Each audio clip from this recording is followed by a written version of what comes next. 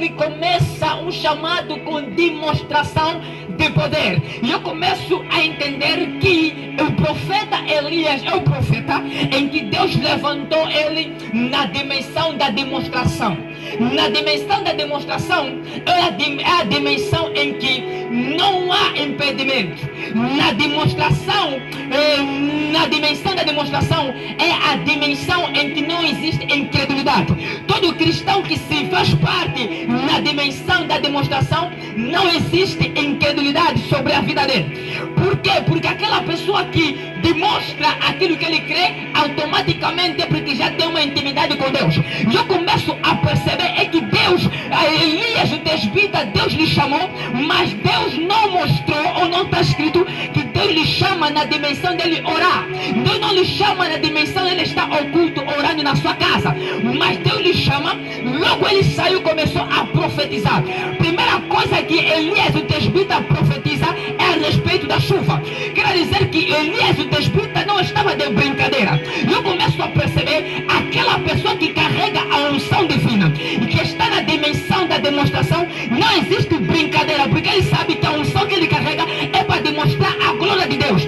Não sei se você está entendendo. O que eu quero dizer nessa noite é que você tem o Espírito Santo de Deus. O que é que está te faltando para você demonstrar a glória de Deus sobre a tua vida? Tem pessoas que estão na dimensão do conhecimento da palavra, até aí está tudo bem, porque a unção revela por também da palavra. Se você tem essa palavra, onde é que está faltando unção? Não existe a unção sem a palavra, porque a palavra é acompanhada com unção.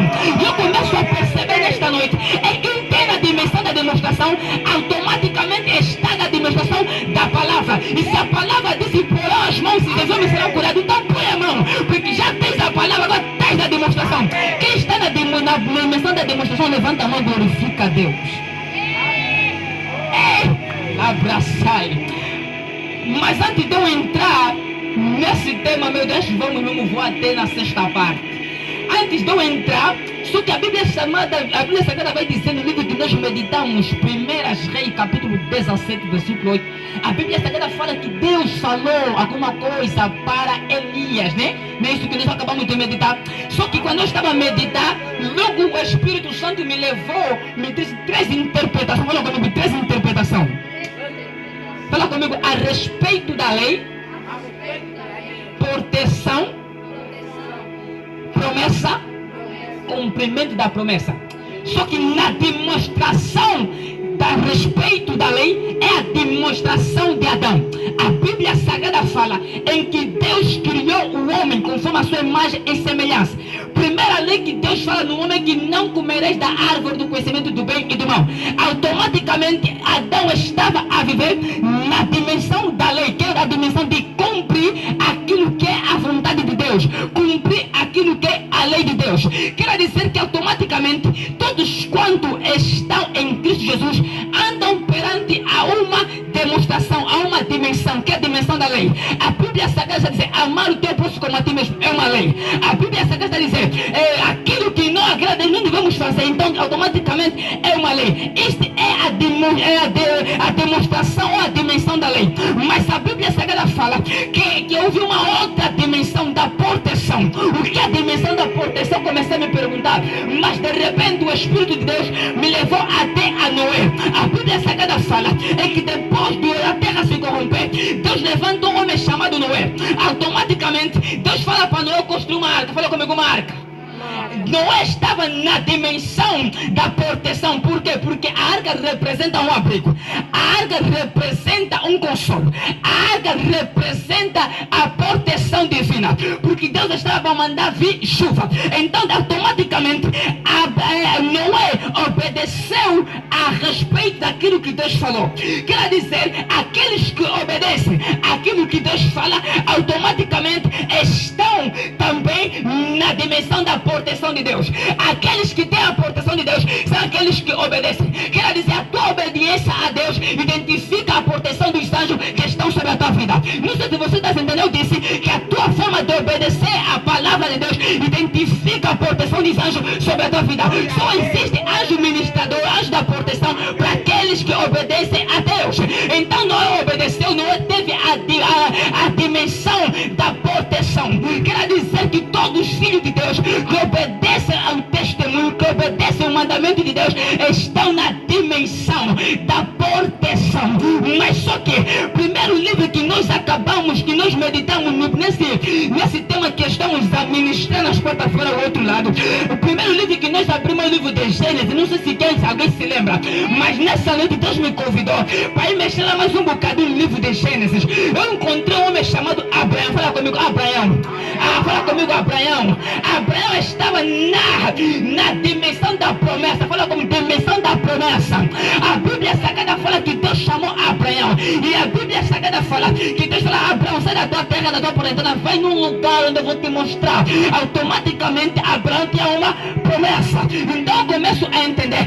Tem momentos em que Deus vai te tirar da posição que você se encontra através da promessa em que Deus estabeleceu sobre a tua vida. Não sei se você se entender. Eu estou a te dizer que há dimensões dentro das escrituras. E cada cristão que nós nos encontramos aqui neste lugar, nós temos a nossa intimidade com Deus. Ou não sei qual dimensão você se encontra. Ou a dimensão da lei, ou a dimensão da proteção, ou a dimensão da promessa. Mas eu creio nessa noite é que tem pessoas que já estão nessa três dimensão. E nessa três dimensão você encontra, assim diz o Senhor, na dimensão da promessa. Você encontra Deus a te falar: vou te fazer grande. Você encontra Deus a te falar: não vai faltar comida. Você encontra Deus a te falar: Deus proverá. Por que Deus falou? Por que essa palavra veio? Deus proverá. A palavra veio, Deus proverá através de Abraão. Abraão entendeu que ele estava na dimensão da promessa. Quem está na dimensão da promessa não se abala com as tribulações. Quem está na dimensão da promessa não se abala no posicionamento da vida que ele se encontra. Porque quem está na dimensão da promessa, o que vai sair na boca dele é: Deus proverá. Não importa a minha situação, não importa o meu posicionamento de vida, Deus vai prover. Alguma coisa vai acontecer. Essa é a dimensão da Abraão, a dimensão da promessa. Fala comigo, dimensão da promessa. Vão me desculpar, mas eu vou correr porque o tempo não me permite. Esse Deus vai fazer muita coisa, aleluia. Outra dimensão, que é a quarta dimensão. Fala comigo, o cumprimento da promessa. Não, fala comigo, o cumprimento da promessa. É a dimensão de Jesus. Fala comigo, dimensão de Josué. Fala comigo, dimensão de Josué. A dimensão de Josué é atraído através da dimensão da promessa. Quer dizer que Josué acompanhou Moisés, porque Moisés estava na dimensão da promessa, não é isso? De Moisés, Deus lhe chamou para levar o povo de Israel para o deserto, para Canaã. Mas só que Moisés morreu, Deus levantou alguém para dar continuidade na realização da promessa. Automaticamente houve um homem chamado Josué. Mas só que Deus chama Josué, Deus fala para Josué para se animar. Por que Deus falou para Josué: se anima, Josué? Porque Deus sabia, aquela pessoa que está desanimada automaticamente não vai estar capacitado para viver a promessa. Então você está a entender? O que eu trago nessa noite é o seguinte: anima o teu coração, porque a promessa vai se cumprir sobre a tua vida. Não, Moisés morreu, mas Deus não cancelou a promessa. Moisés morreu, não está a entender? Vou te explicar o seguinte: não importa o teu nível de fé que você se encontra. Se Deus dizer que não vai dar certo, então tua fé morreu. Mas minha fé não morreu, vou ministrar sobre a tua vida. Esforça-te, porque Deus está a te levar na dimensão do cumprimento da promessa. Fala comigo, o outro lado. O outro lado, a Bíblia Sagrada está a dizer é que de repente Deus está a falar para o tesbita. Eu gosto desse nome tesbita porque soa bem, aleluia. Quando eu falar do tesbita, eu estou a falar do Elias, amém? Então a Bíblia Sagrada fala que Deus está a falar para o tesbita e automaticamente vai a uma cidade serapita. Mas quando ele chegou nesta mesma cidade, Deus falou para ele: lá tem uma viúva que vai te sustentar. Algum problema aqui surge na Bíblia Sagrada, mas eu gosto de Deus porque Deus dá a interpretação, porque Deus explica aquilo que está escrito, amém? A Bíblia Sagrada fala que Elias está chegando até naquela cidade, mas só que a primeira coisa que Elias está falando àquela viúva é que está dizendo: me dá água, não é isso? Aleluia. A Bíblia Sagrada diz que ele pediu água. A viúva não é problema a água. Tem pessoas que vão te dar alguma coisa para ele, não é problema, mas quando você pedir outra coisa vai ser problema. Mas vamos chegar até ele, foi nas calmas. A Bíblia Sagrada fala que de repente a viúva foi buscar água. Fala comigo, o conhecimento da casa. O conhecimento da casa. água sem pão. Fala comigo, água sem pão. Água sem pão. A Bíblia Sagrada fala que Elias pediu água, houve água. Mas quando Elias pediu pão, a Bíblia está falando, não tem pão. Água tem para te dar, mas não tem pão. Elias tem fome. Tudo bem, mataste minha sede, mas está a faltar a minha fome. E Elias percebeu, é que Deus me disse que uma viúva vai me sustentar. Mas por que a viúva está falando que não tem pão? Se Deus falou, não, você não está entendendo. Eu vou te explicar o seguinte. Aquilo que Deus falou na tua vida, Deus não se complica. Se Deus falou que vai dar certo, chegaste naquele lugar com uma coisa errada, consulta Deus, porque Deus te disse que vai dar certo. Elias percebeu, é que Elias quando chegou entendeu que a casa estava numa penúria, a casa estava com dificuldade, e logo Elias entendeu que se Deus me chamou para ir nessa viúva enquanto dificuldade, ter o conhecimento da casa, mas a dificuldade daquela casa não impede aquilo que Deus falou sobre a minha vida. Eu estou falando de você. Que Deus falou sobre a tua vida, a tua dificuldade não vai impedir a manifestação do poder de Deus, a manifestação da promessa de Deus sobre a tua vida. Elias queria beber água, ele deu água, mas água não mata a fome, água mata a sede. Elias queria comer e automaticamente a voz está dizendo, não tem pão, profeta, tem água, mas pão aqui não tem. E eu começo a perceber, Elias entendeu, o Espírito está dizendo, de repente a viúva está dizendo para o profeta, meu Deus do céu, algo pesado. Alarde para Sabadagachaia. Ele vai dizer para o profeta o seguinte: a viúva vai dizer para o profeta: é que temos um bocado de farinha, tem um bocado de azeite, mas vamos comer, está contado, aleluia. A casa aqui já conta, você vai lá, vão dar muita conversa, não vais comer, vão guardar comida, aleluia, porque não está contado. É muito normal você na casa do teu amigo, ele está sentindo cheiro de comida, as conversas, não está contado, ele não estava contado. Por isso aquela viúva disse o seguinte para Elias: é assim, Elias, é assim, tem azeite, tem farinha, mas vamos comer e vamos morrer como filho. Automaticamente, meu Deus do céu, algo profético começou na minha cabeça. Fala comigo, o outro lado da viúva,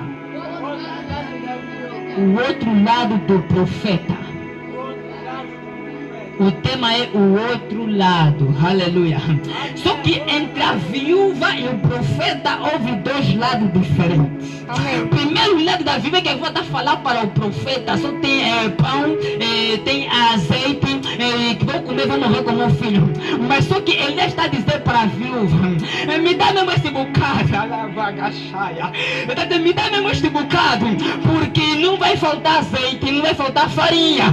Automaticamente a viúva percebe o que assim, está vendo que a morte já está em casa, que a morte aqui, a coisa está pesada em casa, que a última comida que falta, que está aqui em casa, e está me dizendo que a farinha não vai faltar, o azeite não vai faltar. Automaticamente a viúva percebeu que é um lado diferente neste homem. Por isso ele está dizendo que ele é um homem de Deus, porque nós somos identificados daquilo que nós falamos. Então automaticamente, não entendeste, vou falar de Pedro. A Bíblia Sagrada fala em que Pedro estava a se aquecer enquanto Jesus estava a ser julgado. Então eu falei: você era discípulo do mestre? Ele dizia: não, eu não sou.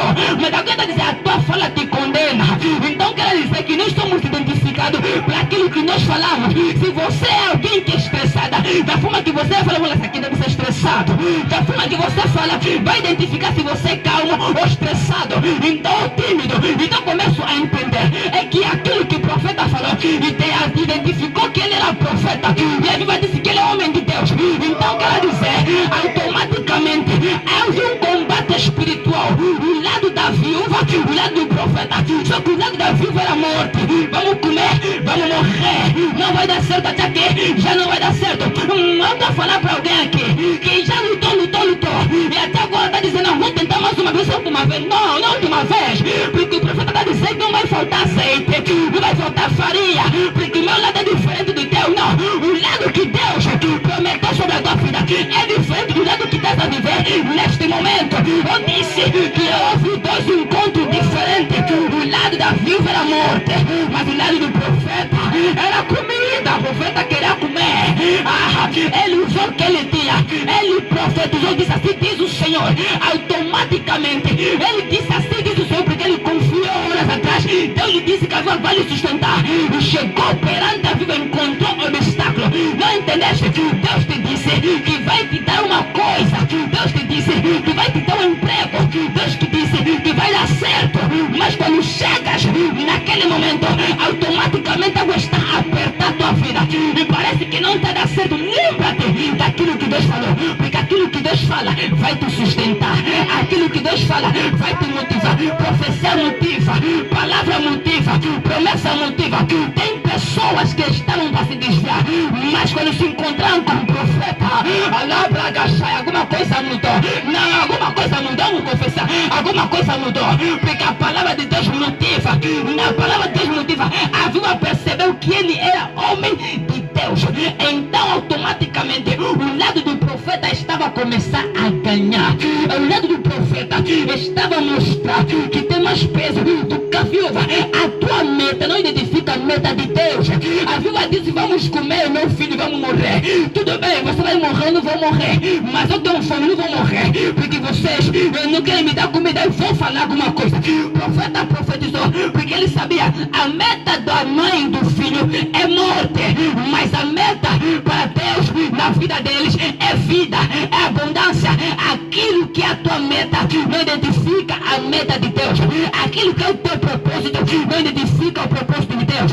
Aquilo que Deus falou sobre a tua vida vai dar fruto, vai multiplicar. Não importa se está faltando azeite, não importa se está faltando farinha, mas a botija será cheia de entender, gosto de aplicar. Eu estou a falar da tua vida espiritual. Não importa se está faltando fé, não importa se está faltando palavra, não importa se está faltando unção, mas azeite aí. Azeite está a significar a unção. A Bíblia Sagrada está a dizer, Jesus está a dizer que eu sou o pão da vida. Quem comer de mim nunca mais terá fome. E o profeta está a dizer que nunca mais falta farinha. Me responde algo: pão se faz com o quê? Com farinha. Pão se faz com o quê? Com farinha. Então automaticamente eu começo a entender que o profeta diz: não vai faltar pão na tua mesa. Eu estou a querer dizer que o pão representa a palavra. Jesus está a dizer: eu sou a palavra viva. Eu sou o pão da vida. Automaticamente não vai faltar pão sobre a tua vida. A farinha aí, azeite sobre a tua vida. Porque o lado que você se encontra ainda está para vir. Deus está trazendo outro lado sobre a tua vida. Você não conhece, eu não conheço, mas a promessa de Deus, aquilo que Deus falou, vai nos motivar a buscar o outro lado. Avança. Só que de repente a Bíblia Sagrada fala, Avancei. já vou terminar mais. Fala comigo: mulher do fluxo de sangue. Pergunta no teu irmão: já ouviste essa história? Presta atenção, né? A Bíblia Sagrada fala, meu Deus, que Jesus estava sendo convidado na casa de Jairo, amém? Amém. Porque a filha estava à beira da morte, não é isso que a Bíblia Sagrada fala? Quer dizer que a mulher gastou tudo o que tinha, é assim que a Bíblia diz. A mulher gastou tudo o que tinha, foi nos doutores, amém. Só que Jesus está a andar e a multidão está a acompanhar Jesus. Que de repente que Jesus sentiu que alguém lhe tocou. Olha comigo, alguém lhe tocou. E quando alguém toca Jesus, Jesus pergunta para os discípulos: alguém me tocou? Os discípulos respondem: mestre, tem muita gente aqui e tu dizes quem te tocou. Deixa eu aplicar algo profético aqui. Primeira coisa é que na tradução, nas tradições, melhor dizer, do Antigo Testamento, é que é vergonhoso uma mulher ter aquele tipo de doença. Primeira coisa, não poderia andar, será encontrada, pode ser imunda, se chama de imunda, ia ser mal falada. E ela se cobre e vai para uma multidão. Primeira coisa é que aquela mulher está a exercer fé. Quando ele entra na multidão, ele toca para Jesus. Só que para ele chegar até Jesus, passou por muita gente. E eu começo a perceber que tem pessoas que querem tocar Jesus, mas para tocar Jesus tem que passar por muitas coisas. Não sei se você está entendendo, mas vou chegar lá. Tem pessoas que estão aqui neste culto, estão a ser algo da parte de Deus, mas só que na sua família está a ser humilhado, na sua casa estão a lhe humilhar, Na escola estão lhe humilhar, na rua estão lhe humilhar, por aquilo que ele tem. Mas só que, de repente, a moça, a mulher que sofre de fluxo de sangue, está a tocar para o mestre. De repente Jesus sentiu um toque diferente. Primeira coisa que chamou a atenção a Jesus não é o toque da multidão. Jesus sentiu que sabe alguma coisa da parte dele, porque toque diferente chama a atenção. Não entendeste? Da forma que você toca o mestre vai chamar a atenção. Eu estou falando da forma que você busca a presença de Deus, porque eles são da sua casa buscar a cura se buscava em Jesus. Então pela cura que ela buscava em Jesus, encontrou o mestre. Mas para encontrar o mestre, encontrou aquelas pessoas que não compreendem. Tem multidão que estão sobre a tua vida, não estão compreendendo a tua situação de vida, por isso é que estão a te combater. Tem pessoas que estão a se levantar, estão a complicar o teu ministério, estão a tentar complicar aquilo que a promessa que Deus estabeleceu sobre a tua vida. Você tenta tocar o mestre, mas alguém te fala que não vai dar certo. Você tenta tocar o mestre, alguém te fala desiste. Você tenta tocar o mestre, alguém está a falar, sussurrar para o teu ouvido, te influenciado para você desistir. Mas só que de repente aquela mulher do fluxo de sangue, ela começou a andar, multidão apertava, continuou, multidão apertava, continuou, tocou na orla de Jesus e automaticamente ela não falou. E Jesus disse, alguém me tocou. Pedro disse, muita gente te aperta, tu dizes quem te tocou. Jesus disse, porque eu senti alguma coisa. Não, você não está entendendo. Deus, Jesus quer dizer assim o seguinte, da forma que esta multidão está me tocar é diferente da forma que aquela pessoa me tocou. Esta pessoa me tocou com fé, esta pessoa me tocou com certeza que alguma coisa vai acontecer. Não entendeu? Eu estou falando da tua oração, da forma que você ora, vai identificar a forma que Deus vai fazer na tua vida. A tua forma de buscar Deus vai identificar da forma que Deus vai se mover sobre a tua vida. Tem pessoas que estão a pensar que estão a orar, mas estão a apertar. Tem pessoas que estão a pensar que estão a tocar, mas estão a apertar. Por quê? Porque estão a orar sem fé, estão a orar com preguiça, estão a orar com vaidade. Pessoas que oram com preguiça, com vaidade, não vão conseguir alcançar a sua bênção, porque o outro lado é para aquelas pessoas disponíveis. A mulher queria ser o outro lado, porque ele sabia, a minha cura está naquele lado da multidão, e se está naquele lado, eu vou chegar lá. As coisas começaram a apertar, ela não desistiu. Pessoa pancava dali, ela não desistiu, porque ela sabia, a minha cura está no outro lado. Já gastei tudo no outro lado diferente. Eu não sei se vocês entendem. Talvez você até dá dízimo, talvez até você já oraste muito no monte, supiste muita coisa, fizeste muita coisa para chamar a atenção de Deus, mas de repente vai acontecer alguma coisa profética aqui nesta noite, porque Deus está levando alguém numa dimensão diferente, numa dimensão que toca e é curado, numa dimensão que toca e é resposta, numa dimensão que você ora, Deus trabalha, numa dimensão que você ministra, as coisas começam a acontecer, porque o outro lado são para as pessoas disponíveis. Aquela mulher se disponibilizou até chegar a Jesus, porque ela queria chegar para o outro lado.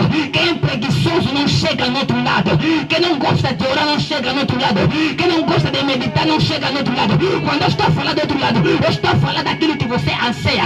Você anseia crescer, então outro lado. Você anseia falar língua, então outro lado. Você anseia visão, então outro lado. Você anseia profecia, então outro lado. Você anseia emprego, então outro lado. Você anseia a grandeza de Deus, automaticamente, então é outro lado. Mas se a tua preguiça te dominar, não vais conseguir passar neste lado, vais continuar no mesmo posicionamento. Deus é um Deus de renovação. Deus é um Deus que traz novidade. Só a novidade para as pessoas que se disponibilizam na presença de Deus. A tua preguiça nunca vai trazer um entendimento divino, vai sempre se basear. Tem muito cristão que se baseia na interpretação do outro. Eu estava a conversar na semana passada, alguém foi na minha casa e eu comecei a lhe explicar algumas coisas sobre a interpretação das escrituras. Eu lhe disse para ele, muita gente está a interpretar a Bíblia Sagrada porque escutaram daquela que da forma, mas Deus quer trazer uma interpretação diferente, e essa interpretação é despertado para aquelas pessoas que se disponibilizam buscar a Deus. Por isso é que viver da mesma forma. Por isso é que Deus não está se movendo sobre a vida dele. Eu quero trazer algo profético aqui. É o seguinte: se queres algo diferente, busca diferente. Se você quer uma unção diferente, busca diferente. Porque Deus não faz cópia. Já chega de pegar a pregação do outro, escrever e vir imitar. Isso não traz a unção. O que traz a unção é buscar a grandeza de Deus, é dobrar os joelhos, jejuar, meditar. Isso vai trazer novidade divina sobre a tua vida. O outro lado é despertado para aquele que estão disponível em conhecer o outro lado. Se coloque em pé.